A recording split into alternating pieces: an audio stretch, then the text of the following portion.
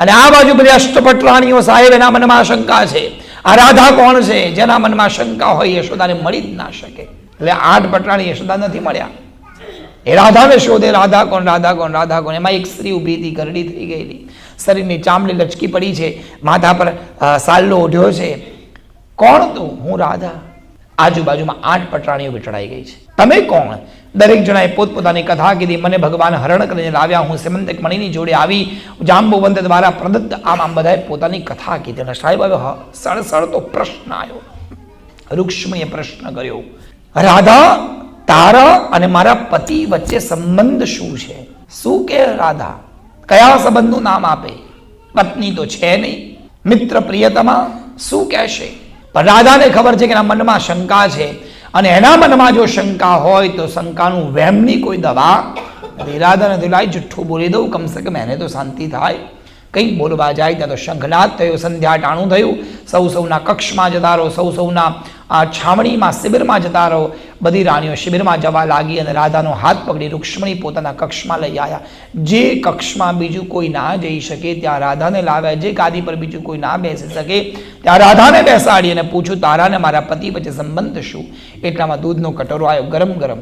હાથમાં ગરમ ગરમ દૂધ છે રાધાના. હવે ગરમ દૂધ હાથમાં હોય તો જુઠ્ઠું બોલાય નહીં, દૂધ હાથમાં હોય તો જુઠ્ઠું ના બોલાય. એટલે હવે કેમ જુઠ્ઠું બોલવું? અને ગડગડાટ એ ગરમ દૂધ પી ગઈ રાધા.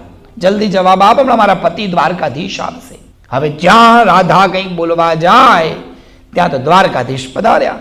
કક્ષમાં ત્રિકોણ પ્રેમ, એક તરફ દ્વારકાધીશ, રૂક્ષ્મણી અને રાધા. 100 વર્ષે રાધાએ કૃષ્ણને જોયા છે, કૃષ્ણએ રાધાને જોઈ.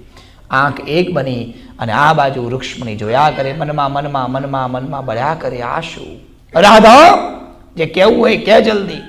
રૂક્ષ્મણીને મનમાં એવું હતું કે રાધા ઝઘડો કરશે, તે આવું કેમ કર્યું તું, પાછો કેમ ના આવ્યો, બ્લા બ્લા બ્લા. કશું જ નથી થયું આમાંથી. રાધા એટલું જ કીધું, કૃષ્ણ એટલા કઠોર ને નઠોર થઈ ગયા તમે ગોકુળ છોડીને? કેમ? અમને તો ખબર નથી, પણ અમે તો એટલું સાંભળ્યું છે કે તારી જ સખી દ્રૌપદીની જ્યારે સાડી ખેંચાઈ એ ભર દરબારમાં, ત્યારે દ્રૌપદી 2 હાથ ઊંચા કરી કનૈયાને યાદ કર્યો, ત્યારે તું ગયો? કૃષ્ણ, આ તારો સ્વભાવ નથી. તારો સ્વભાવ તો બોલાયા વગર અમારે ઘરે આવવાનો છે. અમે ક્યારેય તને માખણનું આમંત્રણ નહોતું આપ્યું, અમે ક્યારેય મટકી તોડવા માટે નિમંત્રણ નહોતું મોકલ્યું. વગર બોલાય તું મારા ઘેર આવતો, વગર બોલાય માટલા તોડતો, વગર બોલાય માખણ ચોડતો, વગર બોલાય કૃષ્ણ તું ભક્તોના ઘરે જાય અને તારી જે ભક્ત તને હાથ ઊંચા કરીને બોલાવે ને ત્યારે તું જાય? આટલો અંતર? આવો સ્વભાવ હશે તો દુનિયા તારી પૂજા નહીં કરે, તું ભગવાન નહીં કહેવાય. આટલું જ્યાં કીધું ત્યારે રૂક્ષ્મણીના મનમાં વિચાર્યો, આ શું?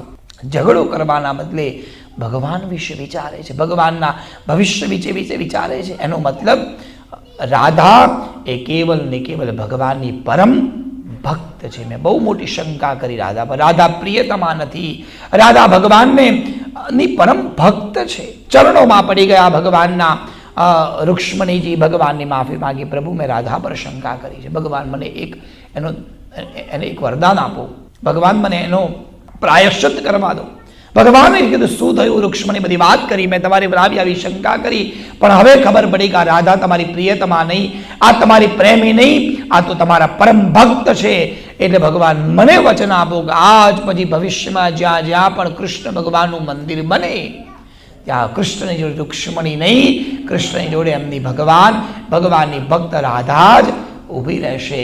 જ્યાં જ્યાં કૃષ્ણ નામ બોલાશે એની પહેલા લોકો રાધા નામ બોલશે, એટલે લોકો રાધે કૃષ્ણ કહેશે. આટલું કીધું ત્યાં તો રાધા પ્રભુના ચરણોમાં પડી અને ભગવાનના ચરણોમાં પડી. ભગવાને રાધાને ઊભા કર્યા, પોતાના ગળે લગાડ્યા, અને જ્યાં ગળે લગાડવા જાય એની પહેલા તો પ્રભુના ચરણોમાં રાધા પાણી બની અને પ્રવાહિત થઈ ગઈ. શરીર પાણી બની ગયું, જ્યાં મીણ ઓગળે એમ રાધાનું શરીર બિલકુલ પ્રભુના ચરણોમાં ઓગળી ગયું. એ જ સમય કેટલી બધી ગોપીઓ આવી ગોકુળની. એ બધી જ ગોપીઓ ભગવાનને ભેટતા ગોપીઓના આંખના આંસુ, ભગવાનના આંસુને ભગવાનની છાતી પર લાગેલું ચંદન એ બધું ભેગું થઈને જમીન પર પડ્યું. રાધાના શરીરનું બનેલું પાણી, ગોપીઓના શરીરના પીગળેલા એ પાણી, ભગવાનનું ચંદન, આ બધું જ જ્યાં ભેગું થયું એ થયું ગોપી તળાવ. એ તળાવમાંથી જે માટી નીકળે એને કહેવાય ગોપી ચંદન. આજે પણ દ્વારકાની બાજુમાં ગોપી તળાવ છે, ત્યાંથી ગોપી ચંદન મળે છે. જ્યારે પણ દ્વારકાધીશ દર્શન કરવા જાઓ તો ગોપી તળાવના દર્શન જરૂર કરજો. ત્યાં રાધાજીના અંતિમ સમયની એ જગ્યા પણ છે જ્યાં રાધાજીનું પ્રાણ છૂટ્યા, જ્યાં ગોપીઓના પ્રાણ છૂટ્યા, જ્યાં યશોદાનું મંદિર છે, જ્યાં યશોદાના પ્રાણ છૂટ્યા. આજે પણ એ જગ્યા આપણા ગુજરાતમાં છે, જરૂર દર્શન કરજો. આ ભગવાનનું ઉત્તમ સ્થળ છે. રાધા પ્રભુની ભક્ત બની સદાય માટે અજર અને અમર થયું આ પ્રેમ.